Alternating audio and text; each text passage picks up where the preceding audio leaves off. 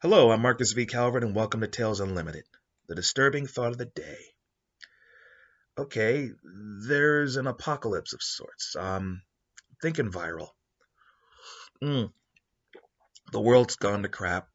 Um, you have trees, you have food, you have stuff like that, but not many people survived. Society collapses, and it's not coming back. It's kind of Wild West in some parts.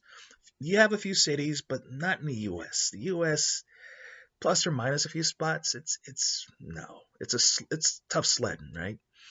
No real government, and they tried, they failed, they tried, they failed. It just got anarchistic, and so there's this town. It's doing okay. It has a church.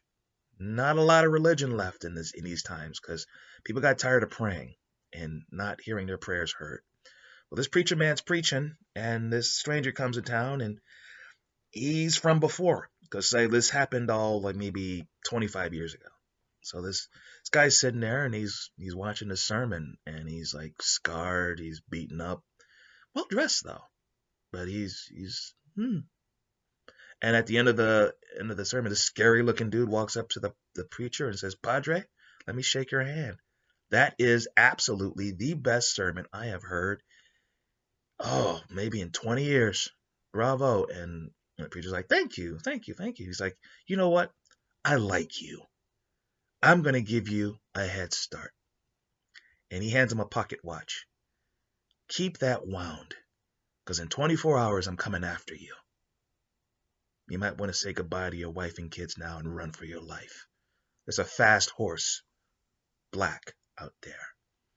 It's kind, it's fast, it's mine. Run."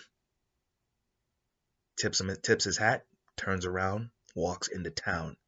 In town, there are maybe 5 or 6 people who are like, there are a couple of people actually who are from before, They're old, but he doesn't care about most of them. He cares about the ones with skills, the ones who can maybe bring things back. And maybe he explains this to the Padres, like, "Wait a minute, why are you after me?" He's like, "Because you're a preacher, because you're useful, because you might have an impact on fixing things. I want the past to be the past, to die, to be in the past tense. I don't want a renaissance." Was that the word? Renaissance? No, no, no, no, no. No more of those. I like this dark age where there are guns and stuff and machetes and stuff. You can even find a chainsaw if you look really hard and stuff. So you get to run, then I'm going to kill you. Do believe it. I'm going to kill you. The longer you run, the longer you live. Bye bye. Then he goes into town, and anybody from before who has skill sets, like one dude is like the mechanic and he teaches people, dies. You have somebody who's good at making beer, dies. You have somebody who's like teaching history. You have a couple of teachers in town, dead, dead, dead. Lawman, um, kills the lawman out of spite, kills his deputies out of spite. Mixture of gunplay, good with his hands, good with a blade. He is deadly. He is methodical. Think The Hitcher, how someone's like walking into a bar and everybody is like either dead or cowering in a corner covered in someone else's blood. There are no wounded. You're dead or you never got involved. That's how ultimate, that's how absolute this killer is. And now he's coming for this priest, and he will stalk him through the wasteland.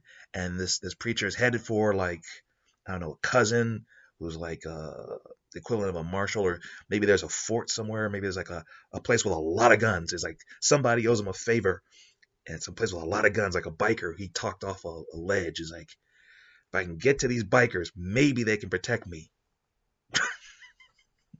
No, they can't, because this guy could sneak into a town full of antibodies, or he can just brazenly walk in. It won't matter. If you're from before, you die. Okay, I'm Marcus V. Calvert. This is Tales Unlimited, the disturbing thought of the day. Please check out talesunlimited.net. That's where the podcasts are. 2 of them. There is the Battery Daily Prompt and the Disturbing Thought of the Day. And they hit every day. Also, there are book links. Hit the links, they'll take you straight to Amazon. There are books available on ebook and print. What are they? There is the Battery series. These books are like 200 writing prompts, little wisdom, short, sweet, get to the point. And they're for people who want to write that first novel, who maybe lost years trying to write that first novel. It comes with a system, these Battery books. And the logic is follow the system, then write the novel. But if you follow the system through, you will actually have books to sell before you finish your first novel. How's that for a twist?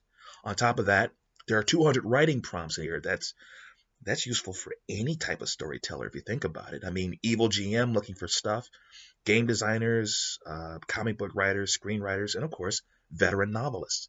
Maybe you have no problems writing a novel. What you might need, though, is that franchise-changing idea. Check it out.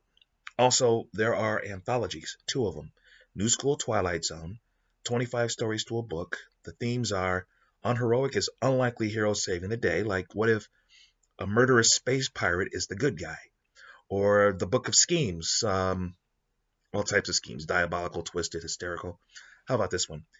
You're Philadelphia's only superhero, and you've just found out that your secret identity has been compromised, and you're engaged. You're just about to give up being a hero, pass the mantle to someone else, and now you're rushing to save your fiancée because she's your only weak link, only surviving weak link. And you get into the club where she's working, you find her kissing a rapper. A rapper! Things go dark from there. And then iVillain. iVillain is the novel series that I ultimately started writing. Working on the 5th book now. What is it? Think Sin City with superpowers, told from the perspective of Benjamin Clyde, gentleman fixer, dude in a suit. Pay him enough money, give him a target, and his mercenaries will get it done. He uses them like a general. He's just a guy in a suit with high cholesterol, but he has the Legion of Doom on speed dial. He's toppled governments. He's saved them. He's arranged genocides. He's brokered peace talks. He's defended innocent people. Doesn't care. If the job's real, any side of the law is fair game, no questions asked. Just give me the job, give me the cash, play me straight. Well, a client doesn't play him straight, and Clyde has him killed. Unfortunately, that guy had some very powerful friends, and they're like, okay, you're going to make amends or you're not leaving this room alive. Your business, gone. Your money, ours. Along with anything else you might have of value. And after some back and forth, they basically sends him to community service. In a town like Pillar City, which is basically the superhuman crime capital of the world, it's a death sentence. Because now Clyde has to personally fight crime every night for the rest of his life. I mean, they're making spandex jokes while looking at his gut. His life expectancy is crap. So what does Clyde do? He survives. He thrives. He taps into his Black Ops past and uses powers he didn't want to use anymore. And he starts winning. Oh, he also starts saving the world. And he realizes there's a market here because if you're trying to take over the world or destroy it, you're probably rich, like a billionaire type rich. So rather than put you in jail, Clyde puts you in the ground and takes whatever's not on fire. That's his business model. Okay, I'm Marcus V. Calvert. This is Tales Unlimited. Disturbing thought of the day. Until tomorrow.